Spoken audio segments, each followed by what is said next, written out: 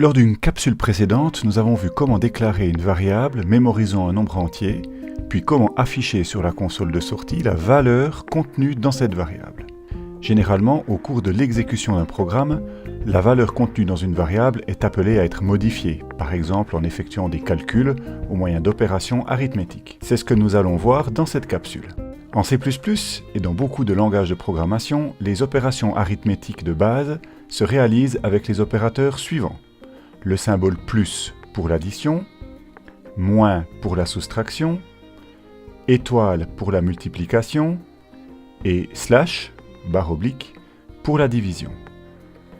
En C++, nous disposons également de l'opérateur %, appelé l'opérateur modulo, qui calcule en fait le reste de la division entière. Il ne faut donc pas tomber dans le piège, car contrairement à son apparence, cet opérateur modulo n'a strictement rien à voir avec un quelconque calcul de pourcentage. Voici un petit programme qui illustre l'utilisation de ces différents opérateurs et que nous allons décrire pas à pas. On notera tout d'abord que notre programme n'inclut aucune bibliothèque. C'est plutôt inhabituel, mais dans cet exemple, nous n'aurons aucune interaction avec la console puisque le programme n'affichera rien du tout. Aucune inclusion n'est donc nécessaire puisque nous n'utiliserons que des fonctionnalités de base du langage. Comme d'habitude, notre programme contient le bloc d'instructions main et l'ordinateur exécutera les instructions contenues dans ce bloc les unes après les autres. La première instruction déclare une variable appelée nombre 1 qui mémorisera un nombre entier et qui est initialisé grâce à l'opérateur d'affectation à 25. La deuxième instruction est très similaire. Une variable appelée nombre 2 est déclarée, elle mémorisera un nombre entier et elle est initialisée à 7. La troisième instruction est plus intéressante puisqu'elle utilise des opérateurs arithmétiques. Comme les deux instructions précédentes, elle déclare une nouvelle variable, appelée nombre 3. Ici, l'opérateur d'affectation se chargera d'initialiser cette nouvelle variable avec le résultat obtenu par l'expression arithmétique à sa droite. L'ordinateur va donc évaluer cette expression, terme après terme, et stocker le résultat du calcul dans un registre temporaire pour ensuite affecter ce résultat à la variable. L'expression commence par la variable nombre 1. L'ordinateur va récupérer la valeur qu'elle contient, et il ajoute à cette valeur le nombre 40. Il doit donc calculer 25 plus 40, ce qui fait 65. Ensuite, il soustrait de ce résultat la valeur contenue dans la variable nombre 2, c'est-à-dire 7. Il doit donc calculer 65 moins 7, ce qui fait 58. Le résultat du calcul est finalement mémorisé dans la variable nombre 3. À la ligne suivante, aucune variable n'est déclarée. La variable nombre 1 va mémoriser le résultat de l'expression arithmétique située à droite de l'opérateur d'affectation.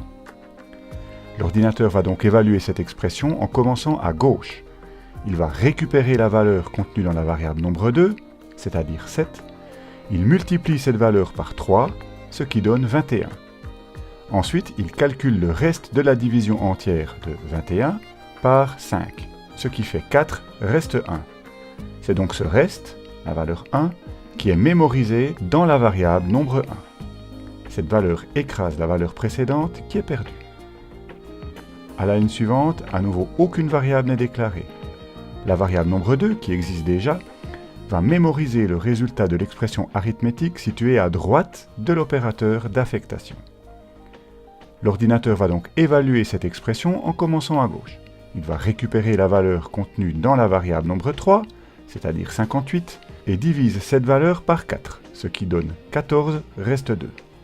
C'est donc la valeur 14 qui est mémorisée dans la variable nombre 2. Cette valeur écrase la valeur précédente qui est perdue. À la ligne suivante, la variable nombre 3 va mémoriser le résultat de l'expression arithmétique située à droite de l'opérateur d'affectation. Cette expression est particulière puisqu'elle contient deux opérateurs arithmétiques de priorité différentes. Comme on l'a appris en mathématiques, la multiplication et la division sont prioritaires sur l'addition et la soustraction. Le C++ respecte parfaitement ces règles de préséance.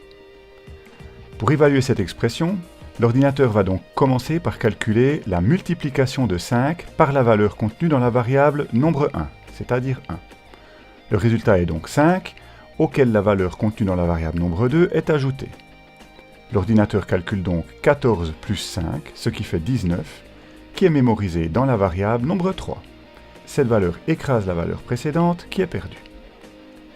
La dernière ligne de ce programme est également intéressante puisque l'opérateur d'affectation va modifier la variable nombre 1 alors que celle-ci est également utilisée dans l'expression arithmétique à sa droite. En l'occurrence, cela ne pose aucun problème. Tout d'abord, l'expression est évaluée. Nombre 1 contient actuellement la valeur 1, nombre 2 contient la valeur 14, le résultat de l'addition est donc 15, qui est mémorisé dans la variable nombre 1. Cette valeur écrase la valeur précédente qui est perdue. Encore une dernière chose. On a vu que le C++, comme la plupart des langages de programmation, respecte les règles de priorité des opérateurs arithmétiques. Mais comment aurions-nous fait si à l'avant-dernière instruction, nous aurions voulu faire l'addition avant la multiplication? Eh bien c'est très simple, il suffit d'utiliser des parenthèses. Une expression peut contenir autant de parenthèses que nécessaire